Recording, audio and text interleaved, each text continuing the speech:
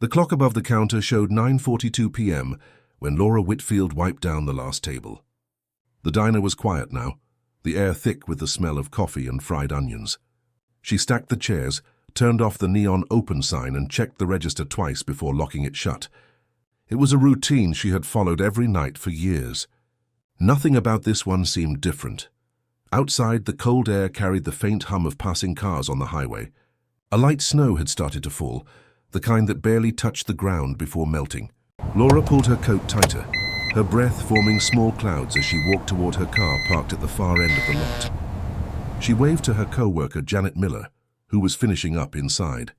Janet waved back, shouting something about seeing her tomorrow. Laura smiled faintly. That smile would be the last anyone saw of her. The headlights cut through the dim street as she started her old blue Chevrolet.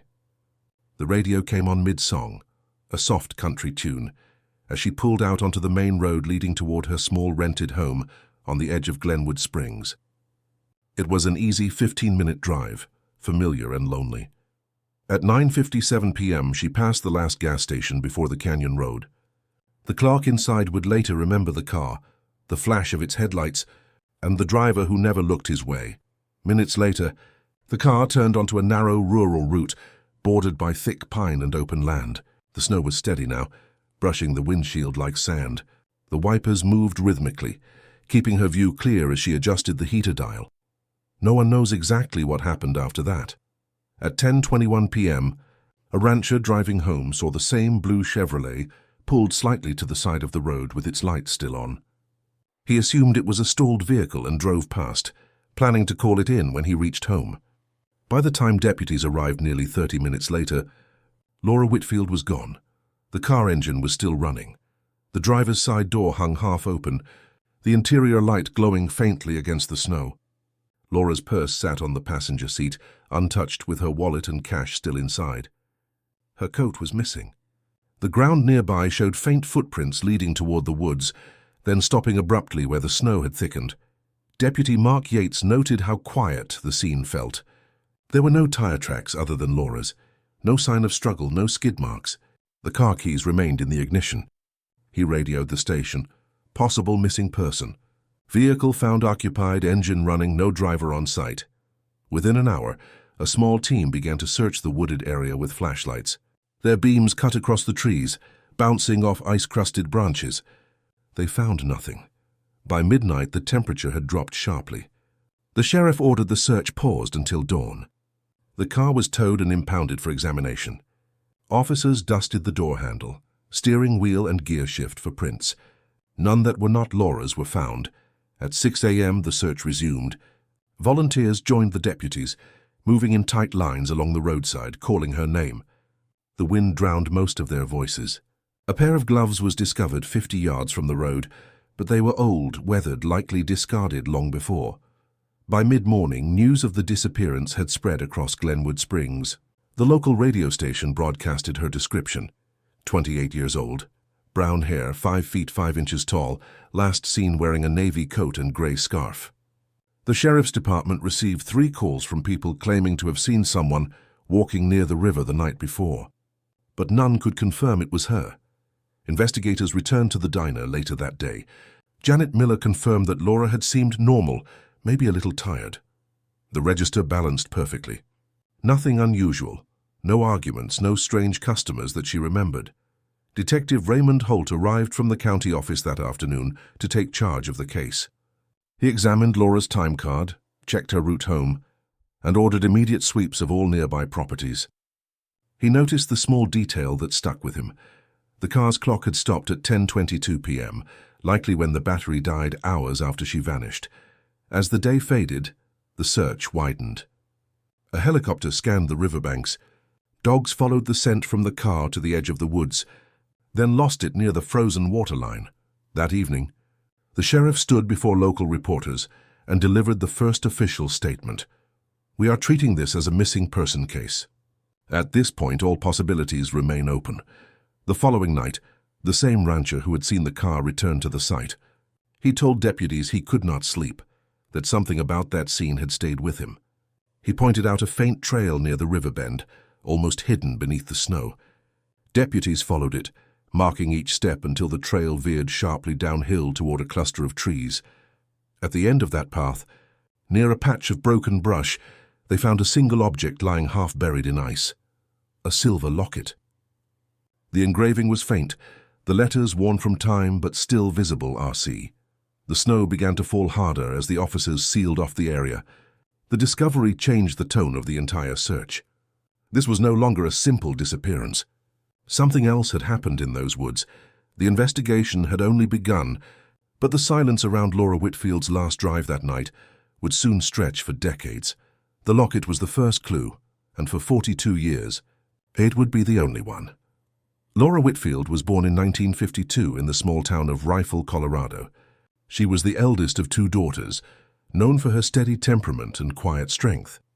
People described her as dependable, the kind of person who showed up early, worked hard, and rarely complained. After her father died in a mining accident when she was a teenager, Laura took part-time jobs to help her mother keep their home. That sense of responsibility followed her into adulthood. At 21, she married a local miner named Paul Whitfield.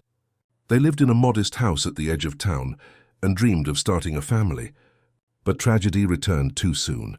In 1978, just 6 years after their wedding, Paul was killed in a mine collapse near Glenwood Springs. Laura never remarried. She moved to a smaller home and began working double shifts at Marlene's Diner, a familiar landmark along Highway 82. Those who knew her said she carried grief quietly. She kept to herself, polite but distant.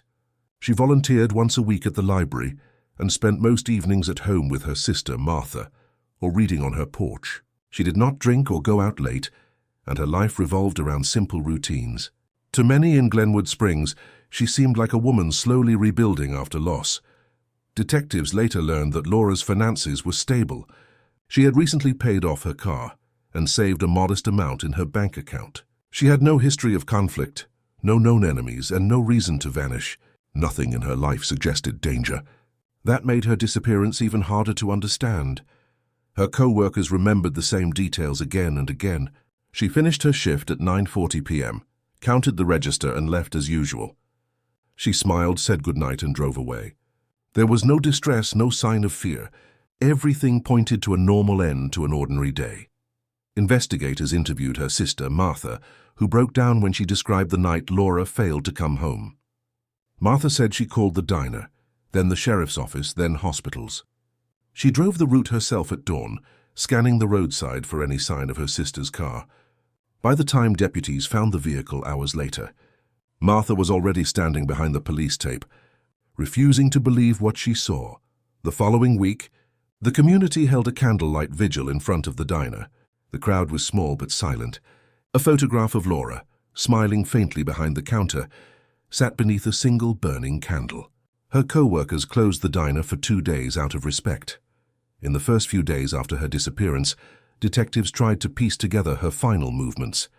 No one could explain why she might have stopped her car on that rural road. There were no calls from her that night, no mechanical issues with the vehicle, and no signs of anyone following her. The town began to whisper. Some thought she had accepted a ride from a stranger.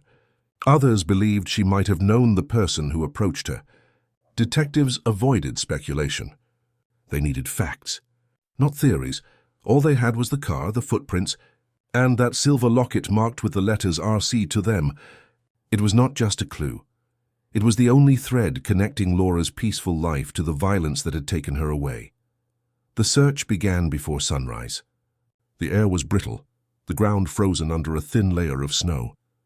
Deputies spread out along the road where Laura Whitfield's car had been found, their flashlights slicing through the morning fog. Detective Raymond Holt It had been more than walked the 10 perimeter hours since slowly, anyone had last noting seen her. every detail. The open driver's door, the keys still in the ignition, the purse untouched on the seat. Everything pointed to a sudden interruption, something that had stopped Laura before she could even close the door. The footprints leading into the woods were shallow, faint and quickly fading as the temperature climbed.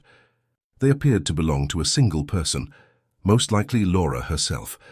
Search dogs were brought in by mid-morning. They followed the scent for several hundred yards before losing it near the edge of the Colorado River. Deputies marked the spot with yellow tape and red stakes. From there, the terrain dropped sharply toward the water.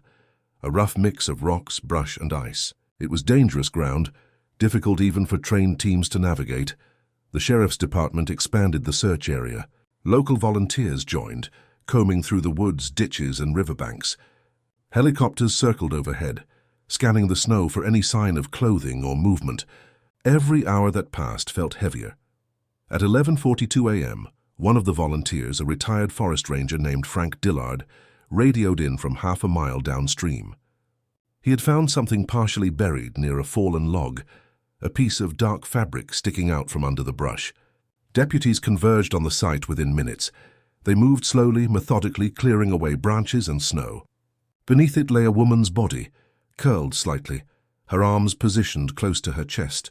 Her clothing matched the description from the missing persons report: navy coat, grey scarf, black slacks.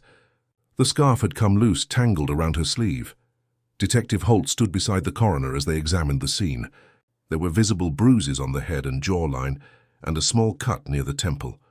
The snow had preserved much of the evidence, but the cold had also masked crucial details. There were no defensive wounds visible at first glance. It was clear she had been placed there deliberately. The body was found less than half a mile from where the car had been discovered.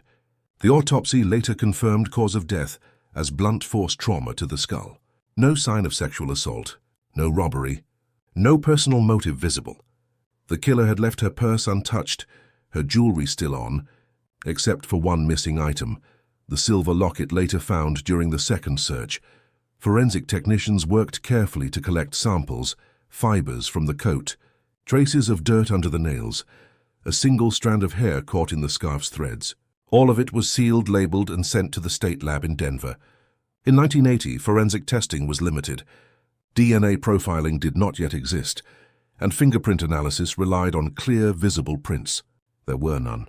The discovery sent shock through Glenwood Springs. News spread within hours. By evening, local television stations had already run the story. Woman found dead near Colorado River. Reporters stood outside the sheriff's office. Asking questions Holt could not yet answer. He reviewed the timeline again that night. Laura had left work at 9:42 p.m. Her car was found just before 10:30. The distance between the diner and the discovery site was less than 10 miles. That left less than an hour unaccounted for. Whoever took her had acted fast, confident, and silent. The location of the body raised another question. The riverbank was not far from a small service road, used mostly by utility trucks and hunters. The killer had likely known the area well. There were no visible drag marks, suggesting she had been carried there or driven closer before being placed in the brush. Investigators searched for tire tracks but found none. The snow had covered everything. At the sheriff's department, detectives built a timeline board. Photographs of the car, the road, and the recovery site were pinned side by side.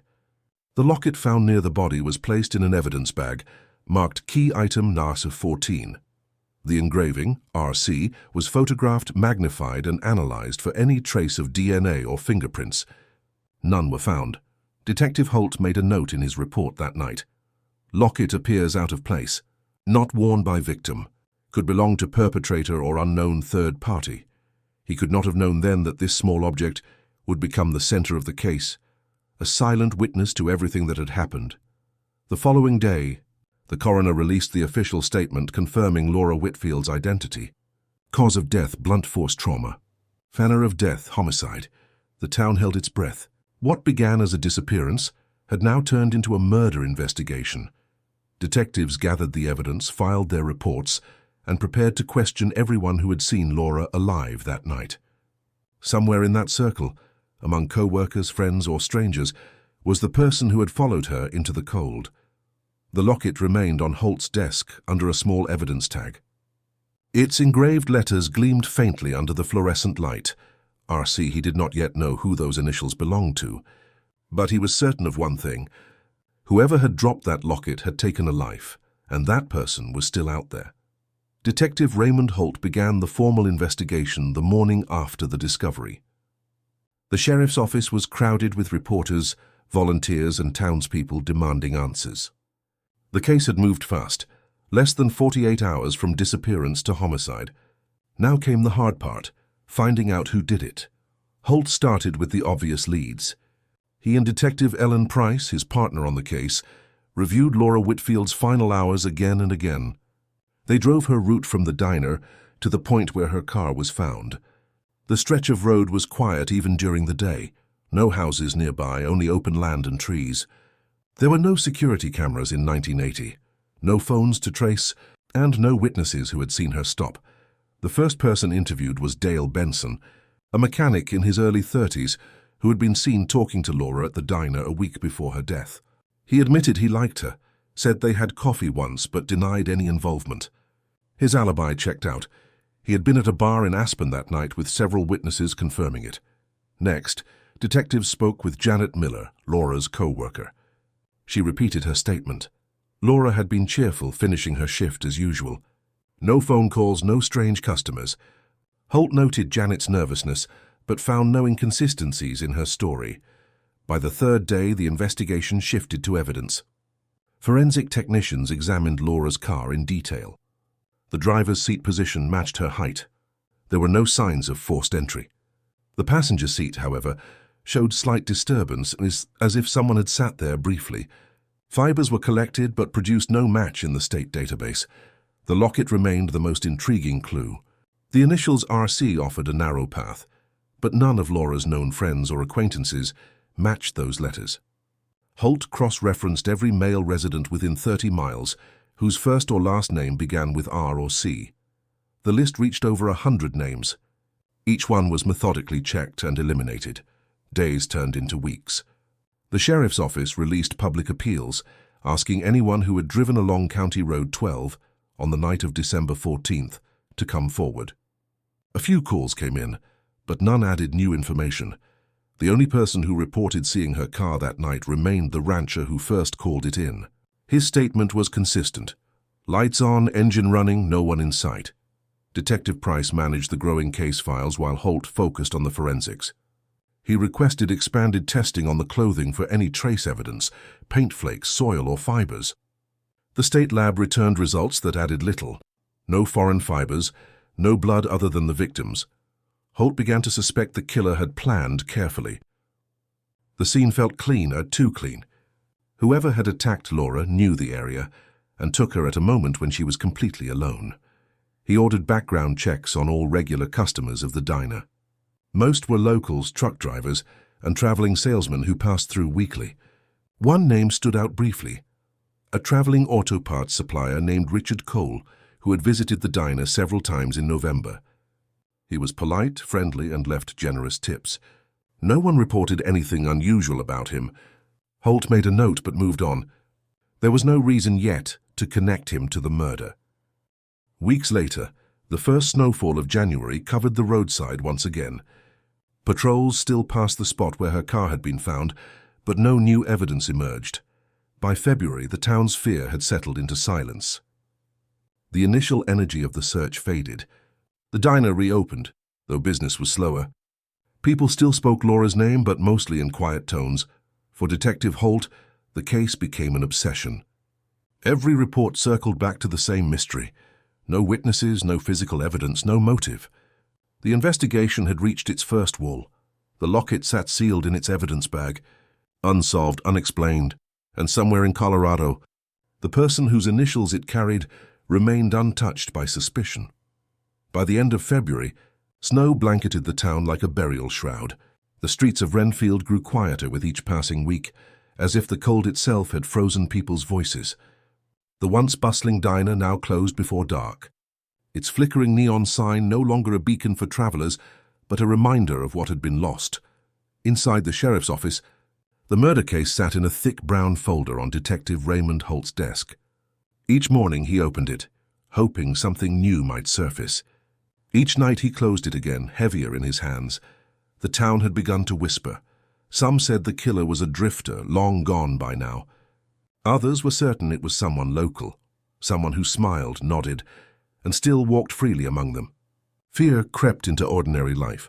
Doors that had once stayed unlocked were now bolted before sunset. Women no longer walked alone after dark.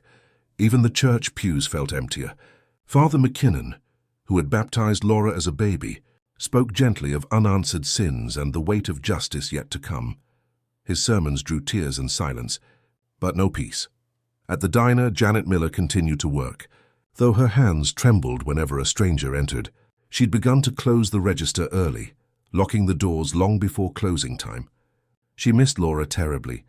Her laugh, her warmth, the way she used to hum while washing cups. Now every sound seemed louder in her absence. The scrape of chairs, the ticking of the clock, the hollow quiet between customers. Sometimes late at night, Janet would catch sight of Laura's car parked behind the impound lot, covered in frost. It felt wrong that it sat there, mute evidence of something unspeakable, while life pretended to move on. Detective Holt spent those same nights driving the back roads, retracing the route again and again. His partner, Ellen Price, worried he was slipping into obsession. "You can't chase ghosts, Ray," she told him one night over coffee. "If the evidence isn't there, it isn't there." But Holt couldn't let it go. "Evidence doesn't disappear," he said quietly. "Someone took it with them." He wasn't the only one haunted. Across town, Laura's mother, Martha Whitfield, had begun to fade. Her husband had died years before, and Laura had been her only child. Now she sat by the window of her small house each evening, watching the snow fall, waiting for a knock that would never come. People visited less and less. They didn't know what to say anymore. Martha kept Laura's room exactly as it had been, the bed neatly made, the framed photograph of her daughter on the nightstand, smiling in her diner uniform. On the dresser, she'd placed a small candle that she lit every night.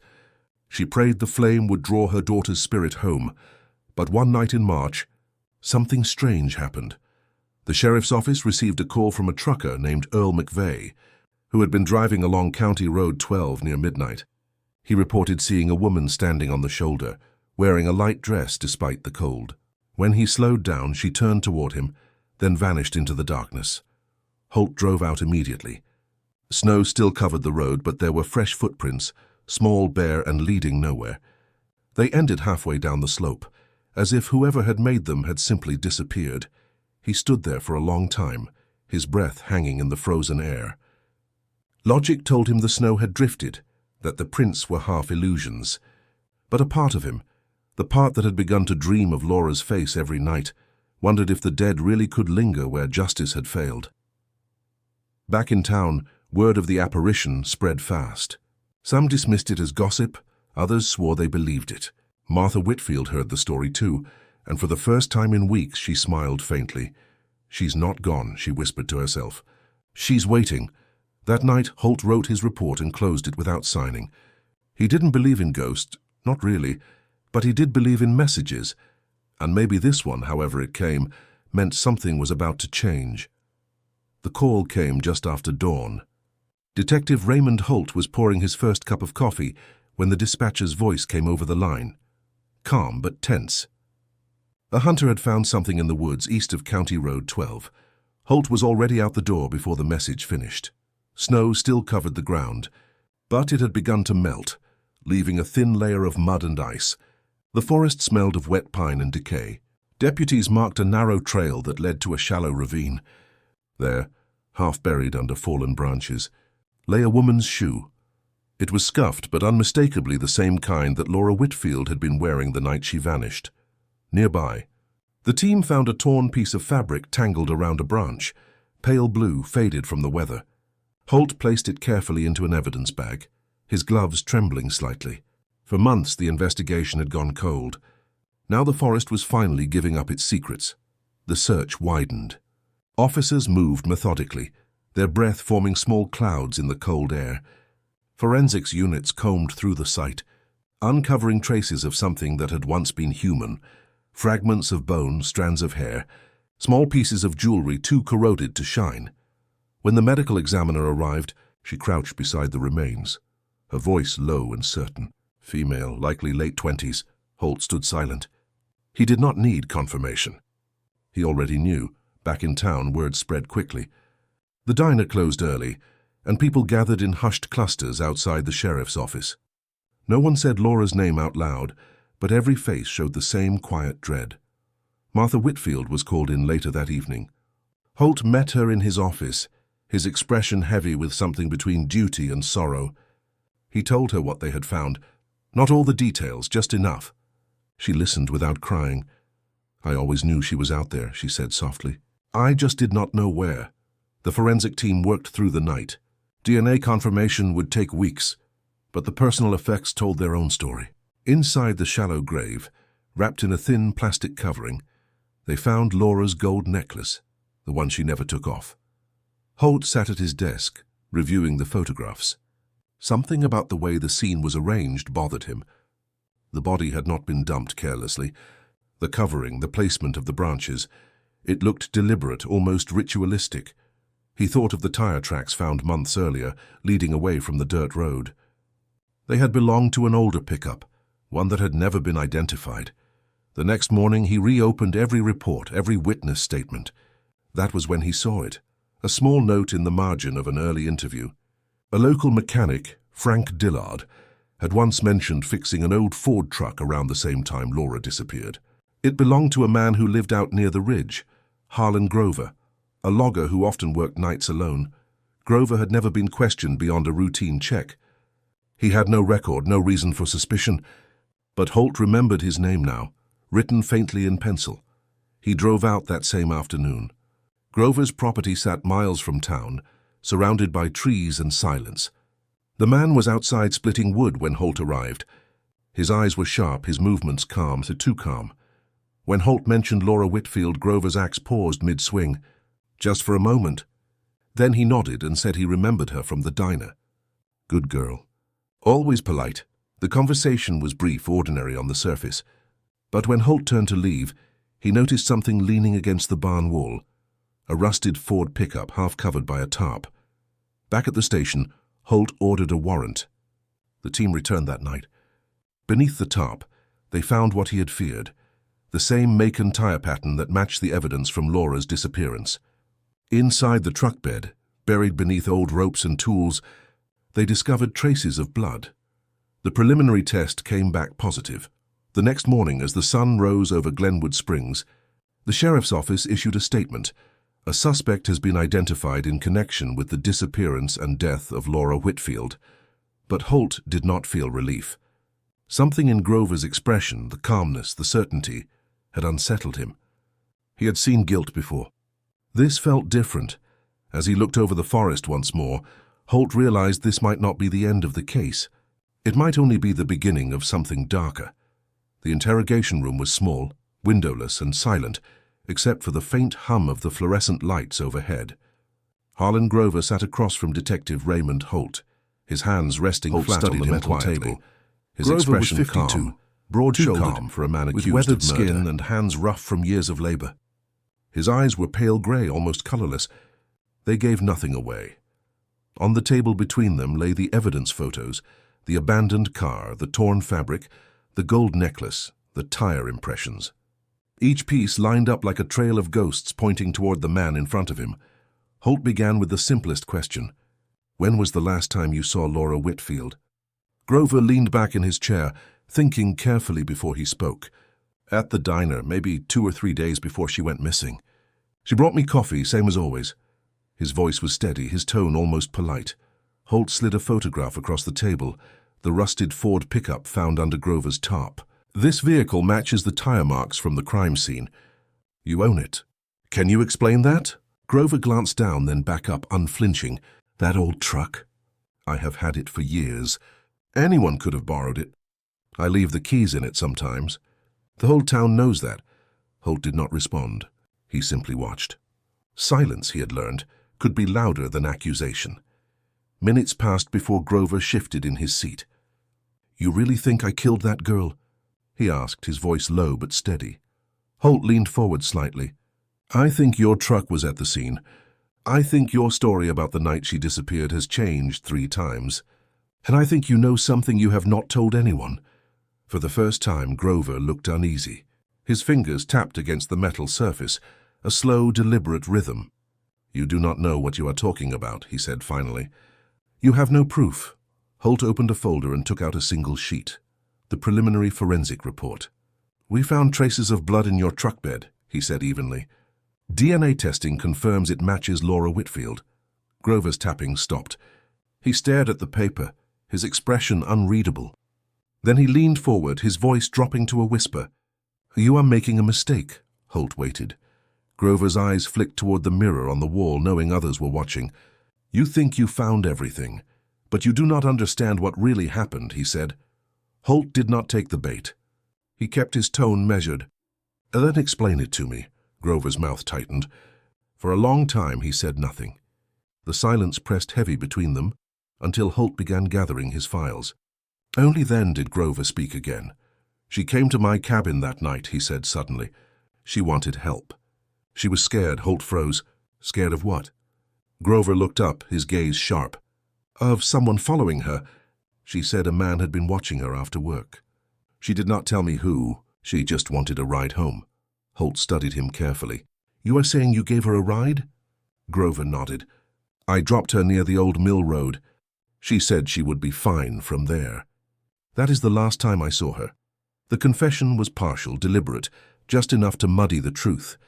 Holt had heard many like it before. He knew what it meant.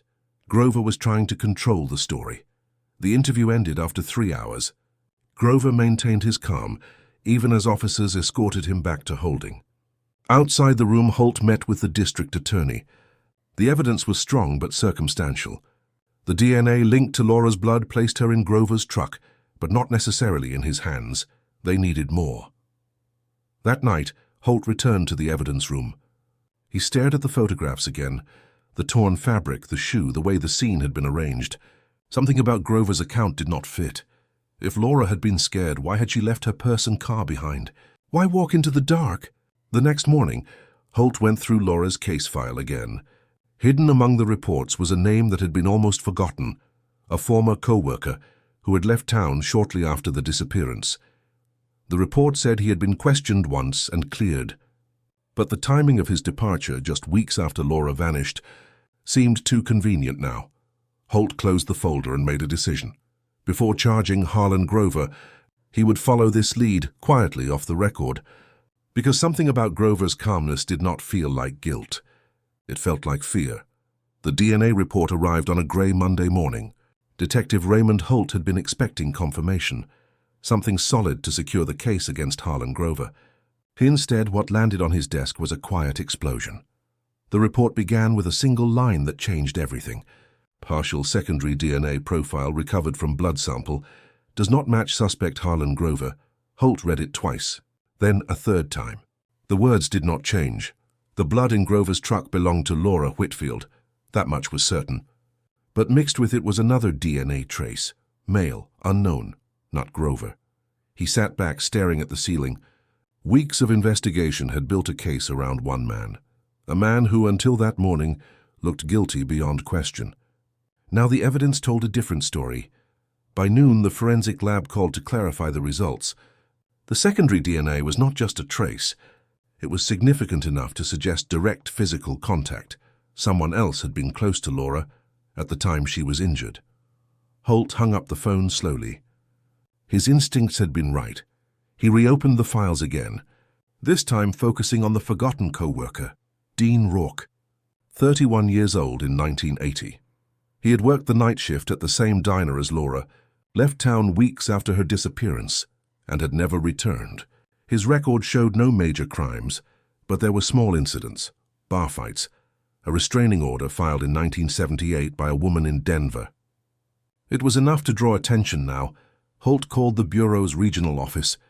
Within hours, they began searching for any record of Dean Rourke. It did not take long to find him. He was living under a different name in New Mexico, working as a mechanic. Holt requested a new DNA sample through the database.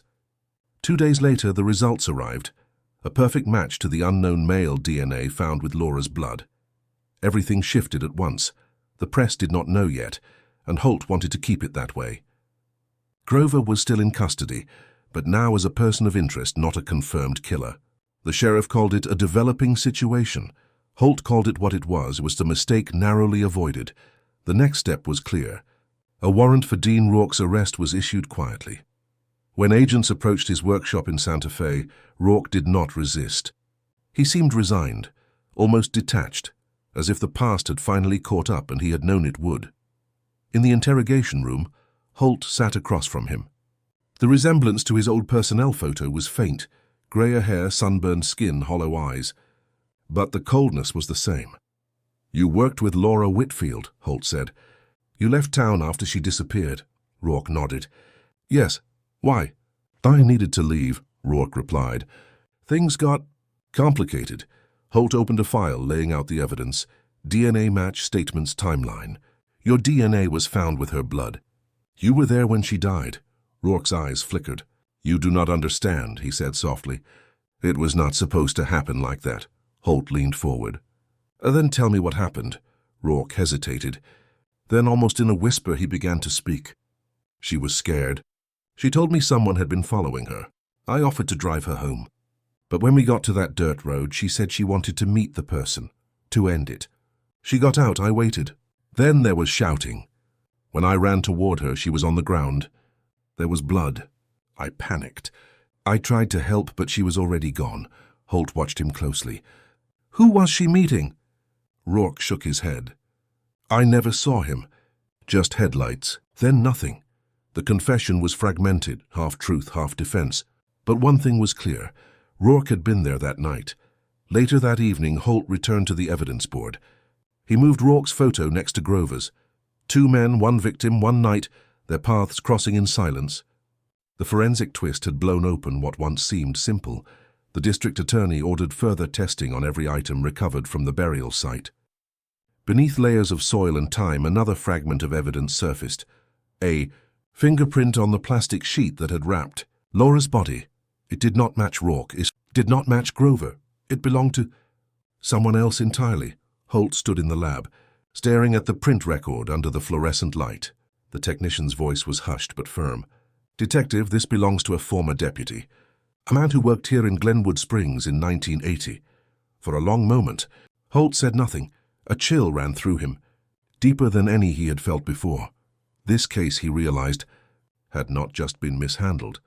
It had been protected. Detective Raymond Holt stared at the fingerprint record for a long time. The name printed below it was one he knew well. Deputy Charles Renner. Renner had served under the county sheriff in 1980 during the initial investigation into Laura Whitfield's disappearance.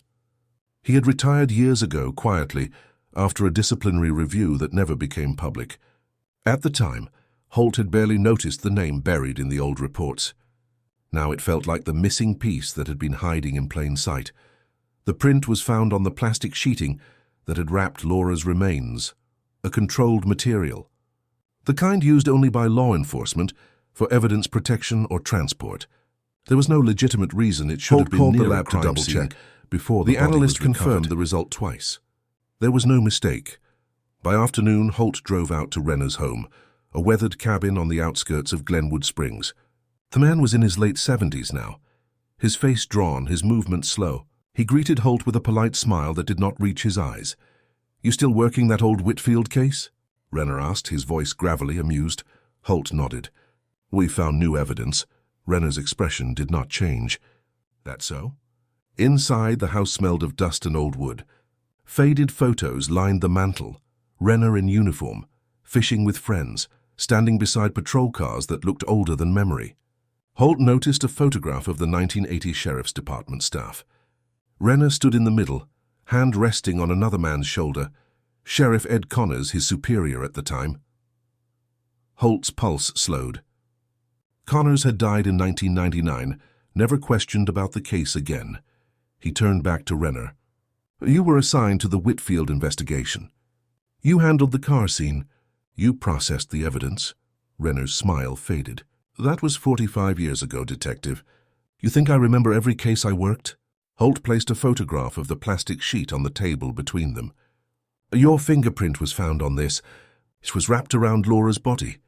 For the first time, Renner looked away. His jaw tightened. The silence stretched until the only sound was the ticking of a clock in the corner. "You should leave this alone," Renner said quietly. "That case destroyed enough people already." Holt leaned forward. "Who were you protecting?" Renner did not answer. He stood slowly, his body trembling slightly with age. "You think justice is clean, Detective," he said. "It never is. Back then, things were handled differently." "Handled," Holt repeated. "You mean covered up?" Renner turned toward the window. Laura was seeing someone. A man she should not have been with. Someone important. When she went missing, there was pressure. Calls from people above the sheriff. We were told to close it quietly. Holt's voice stayed low. Who was the man? Renner's shoulders sagged. Sheriff Connors. She worked at the diner he always went to. They were involved. When she tried to end it, he lost control. The words hung in the air like cold smoke. Holt felt the weight of them settle across decades of silence. Renner continued, his voice breaking. He called me that night. Told me she was dead. Said it was an accident. I went to help. We buried her in the woods, thought it would never come back. Holt asked. And Harlan Grover? Dean Rourke? Convenient suspects, Renner said. They kept the story alive but pointed the blame away. I wanted to come forward once Connors died, but I was afraid. I still am. He sank back into his chair, exhausted, defeated. Holt stood in silence. The truth was out, ugly, buried beneath years of corruption and fear. But the confession alone would not be enough. They needed physical proof, records, anything tying Connors to Laura. Back at the station, Holt ordered a full archival search. It took 2 days to locate the old sheriff's storage files. Inside, among yellowed reports and water-damaged evidence logs, they found a key piece, a missing page from the 1980 incident report. It detailed an unrecorded visit by Sheriff Connors to the diner the night Laura disappeared. Time-stamped 9:43 p.m., less than an hour before her car was found. The document had been signed by Deputy Charles Renner. That signature, preserved in fading blue ink, completed the chain. When the report went public weeks later, the community's reaction was stunned silence. Glenwood Springs had lived for decades believing Laura Whitfield had vanished without reason. Now they learned that the truth had been hidden by the very men sworn to protect them. For the first time in 45 years, her name was officially cleared of rumor and speculation. But for Holt, it was not closure. Not yet. Renner's confession had opened one last door, the question of who else had known, and how many had stayed silent. The truth, he realized, was not buried with Laura Whitfield. It was buried inside the institution that had failed her, and now someone would have to answer for it. The morning the arrest was made, the air in Glenwood Springs felt heavy, the kind of silence that settles before a storm. Reporters had already gathered outside the courthouse by sunrise, their cameras trained on the entrance. For the first time in 45 years, the Whitfield case was no longer a mystery whispered in back rooms. It was a headline. Detective Raymond Holt arrived early, the case file tucked under his arm. Inside were the final pieces, the forensic records, the recovered report, and the recorded confession from former Deputy Charles Renner.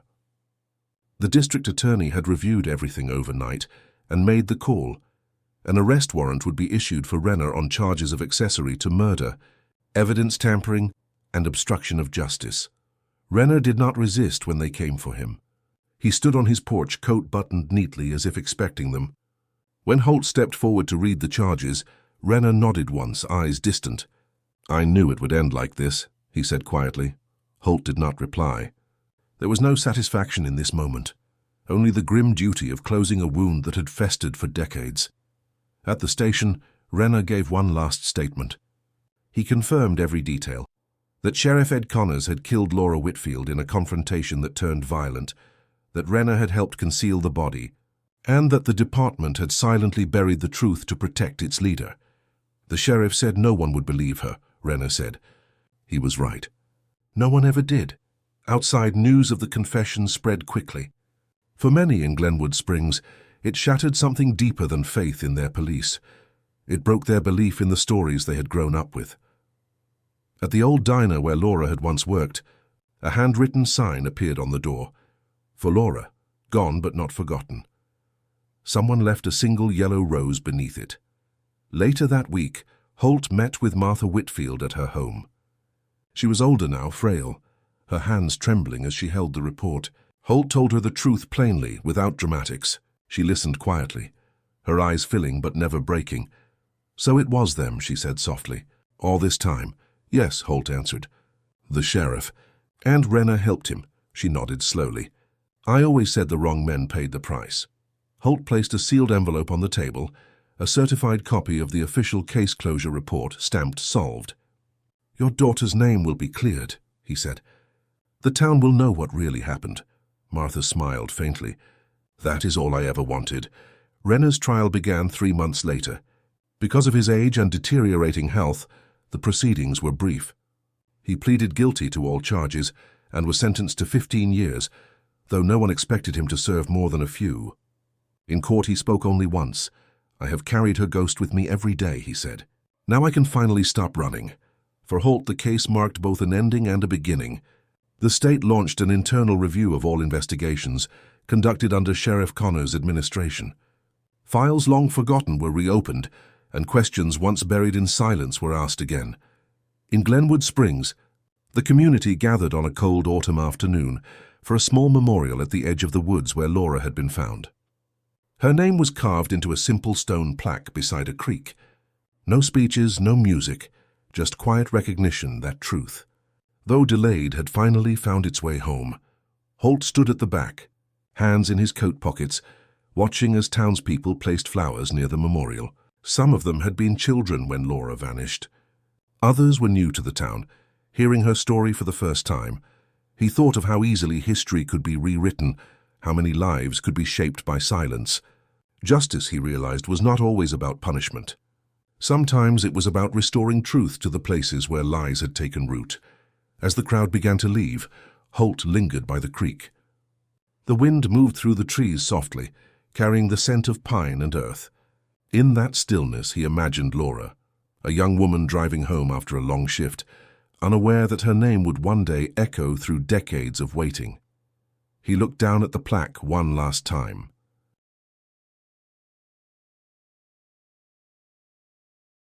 The inscription read Laura Whitfield, 1952-1980. Her silence is no longer ours to keep. Holt turned away, walking back toward his car. Behind him, the forest stood quiet again, not as a place of secrets, but of remembrance. The case was closed. But for Glenwood Springs, the truth would never fade. The plaque had weathered with time.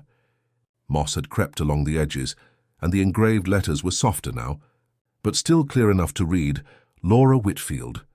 Her silence is no longer ours to keep. Every spring, someone left a single yellow rose beside it. No one ever saw who. In 2025, Glenwood Springs looked nothing like the quiet town it once was. The old diner was gone, replaced by a gas station and a row of chain stores. Yet the story of Laura Whitfield still lingered, in school lessons, in whispered memories, and in the faces of those who remembered what the town had allowed itself to forget. Detective Raymond Holt had retired years earlier. His badge was framed in his study, the Whitfield file sitting beside it, worn, yellowed, but complete. After the case closed, he stayed in Glenwood Springs for a while, though people said he rarely spoke of it. When he finally moved away, he left the file with the county archives, writing only one note on the cover: "Truth does not expire."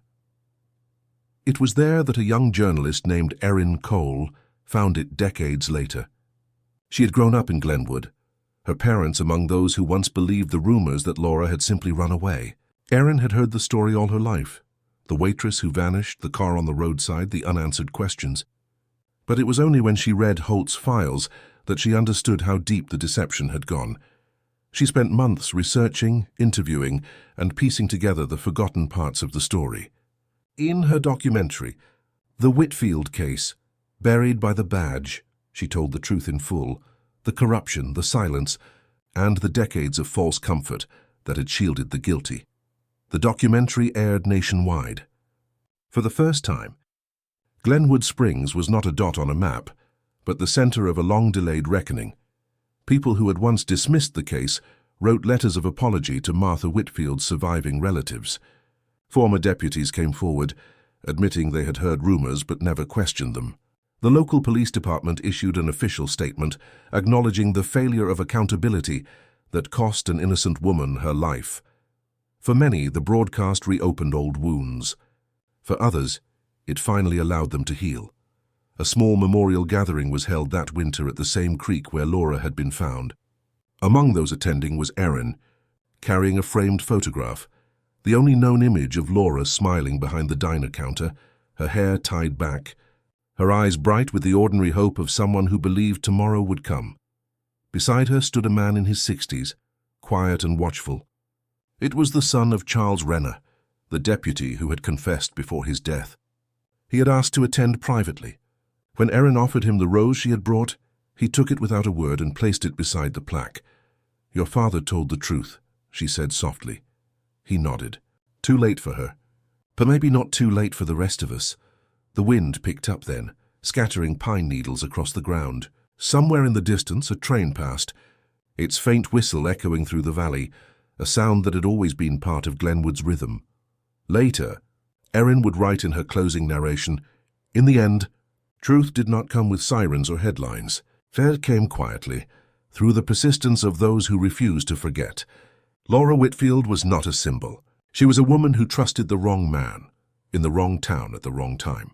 Her story reminds us that justice is not measured by how fast it comes, but by whether it comes at all.